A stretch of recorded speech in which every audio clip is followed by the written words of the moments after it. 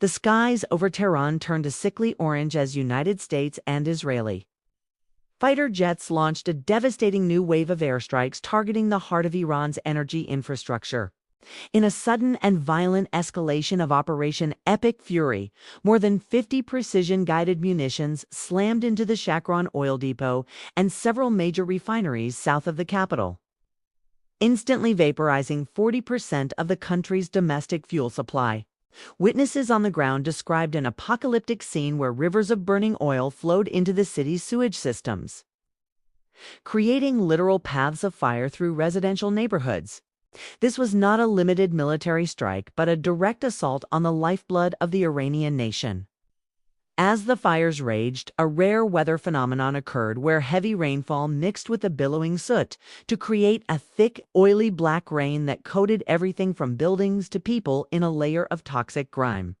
The message from Washington was unmistakable. The period of targeting only missile launchers and command bunkers was over. Inside the ad hoc situation room at the Mar-a-Lago resort, President Donald Trump monitored the carnage in real time through classified satellite feeds. Surrounded by Secretary of State Marco Rubio and Chief of Staff Susie Wiles, the president reportedly expressed no remorse for the mounting civilian misery, instead doubling down on his demand for unconditional surrender. However, the victory lap was abruptly interrupted by a high-priority secure line call from the Middle East. It was a heated confrontation that had been building for days. Regional allies, including the Emir of Qatar and leaders from the United Arab Emirates, were reaching a breaking point as the blowback from the American invasion began to dismantle their own security. The voice on the other end was frantic and furious, reportedly screaming that the United States had crossed a line that could not be uncrossed. "You have gone too far," the official told the president, warning that the destruction of Iran's energy grid had effectively signed a death warrant for the stability of the entire Persian Gulf, while Trump maintained a posture of American dominance. The reality in the Oval Office was shifting from a quick tactical success to a strategic nightmare that threatened to pull every major global power into the abyss. The diplomatic blowout following the destruction of Iran's energy sector was swift and unfiltered, as fireballs climbed hundreds of feet into the air over the Shakran oil depot. The Emir of Qatar reportedly initiated an emergency meeting with President Trump, expressing a level of dismay that shattered the carefully maintained veneer of regional cooperation. The Qatari leader warned that the escalation had reached a point where international security and global energy markets were in free fall. Simultaneously, officials in the United Arab Emirates were in a state of high alarm, struggling to reconcile American aggression with their own national stability. A source close to the Emirati government revealed that leaders in Abu Dhabi were furious over reports suggesting they were participating in the offensive strikes. They issued a sharp rebuke to the White House, stating it was wholly inappropriate for senior officials to speak on their behalf, while their civilian populations were bearing the brunt of Iran's missile response. "You have gone too far," the message echoed, as the United Arab Emirates clarified that while they would maintain a defensive posture, they rejected being used as an offensive launchpad for a war of choice. The consequences of the energy strikes were not limited to diplomatic cables, but manifested in a terrifying new form of asymmetric warfare. In a direct retaliatory move against the United States' decision to target Iranian freshwater desalination plants on Qeshm Island, the Iranian military launched a precise strike against the desalination facilities in Bahrain.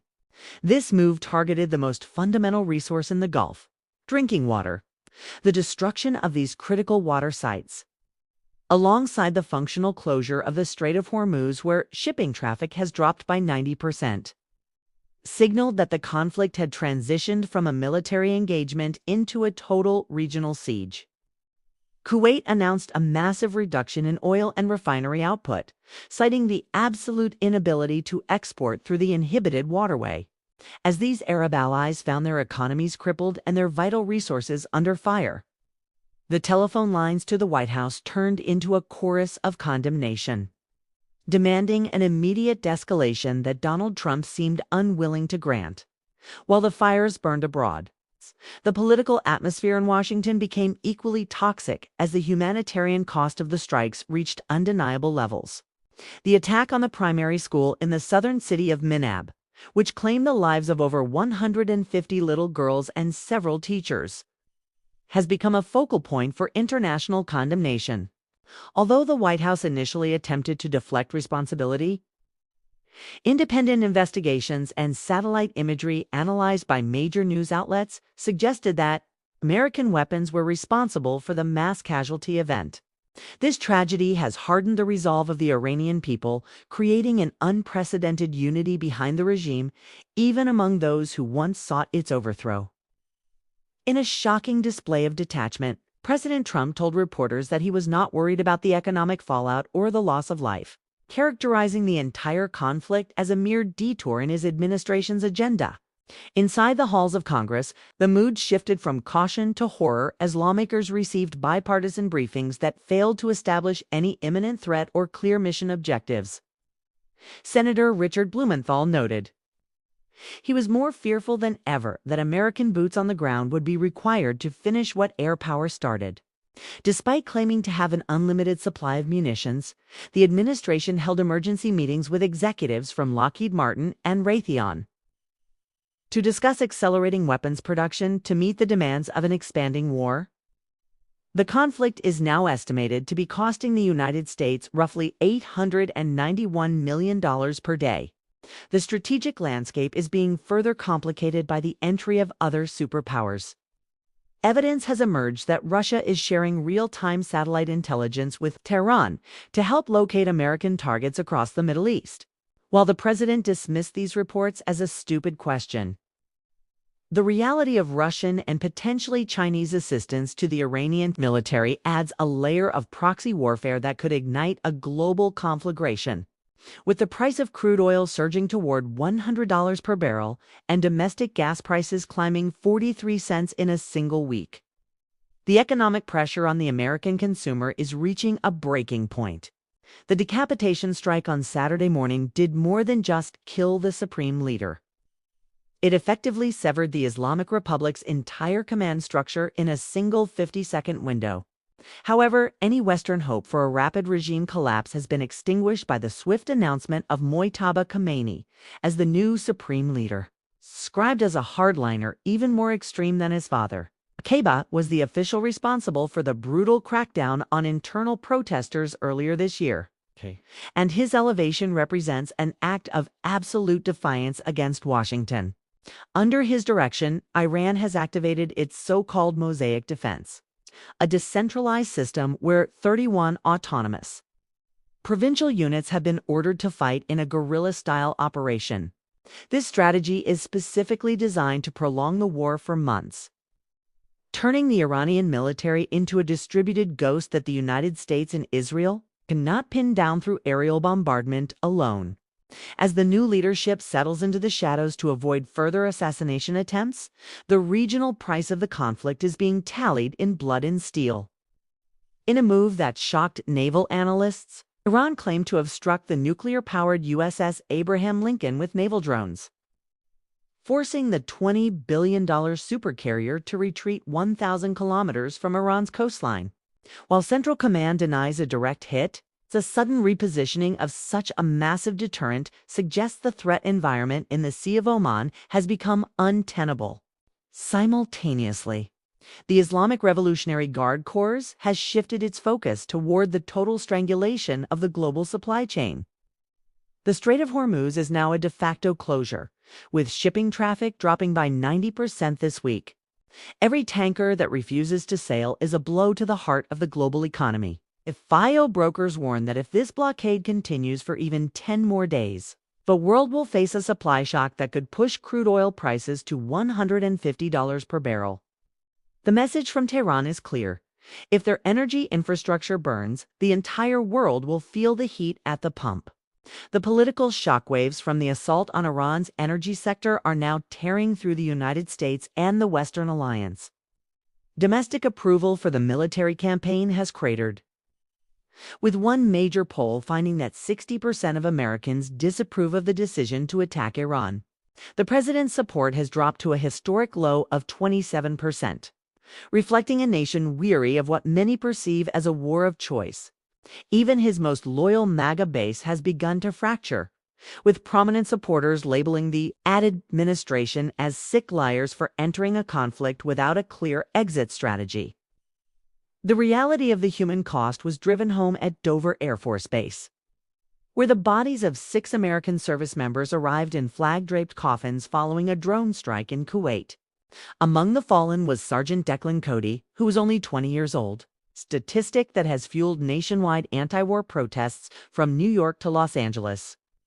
Internationally, the special relationship between the United States and its oldest allies is in a state of collapse. French President Emmanuel Macron and British Prime Minister Keir Starmer have both condemned the operation as being outside international law. In a series of scathing social media posts, President Trump dismissed the United Kingdom's late offer to deploy its own aircraft carriers, stating that America does not need allies who join a war after it has already been won. His diplomatic isolation is being exploited by America's primary adversaries. Reports indicate that Russia is actively providing Iran with space-based intelligence to help locate and target United States military assets in the region. The global economy is now pricing in a state of total war. Crude oil has reached $91 a barrel for the first time since 2023. An analyst warned that a full blockade of the Strait of Hormuz could push prices past $150. For the average American, this means gas prices have spiked up to 18 cents a gallon in a single 24-hour period. As international stock markets crash and shipping insurers cancel policies for the Persian Gulf, the United States finds itself financially and strategically overextended. The heated calls to the White House are no longer just coming from enemies, but from terrified partners who realize that the world's sole superpower has lit a fuse it may not be able to extinguish. The conflict has now reached an impasse that neither side seems capable of breaking without a catastrophic transition into a ground war. Despite the overwhelming display of American and Israeli air superiority, with over 3,000 targets struck in the first week, the Iranian regime remains defiant. The White House's demand for unconditional surrender has been met not with white flags, but with a renewed barrage of ballistic missiles and drones that continue to leak through the most advanced defense shields in the world. President Trump's gamble that a decapitation strike would lead to a popular revolution has so far failed, as the assassination of the supreme leader appears to have radicalized the Wallace population and solidified the power of military hardliners. Inside the White House, the "you have gone too far" sentiment is now being whispered by military advisors, who see the ghosts of Afghanistan and Iraq looming over every tactical decision. The heated calls from the Middle East continue as the region prepares for the possibility of a total collapse of the international order.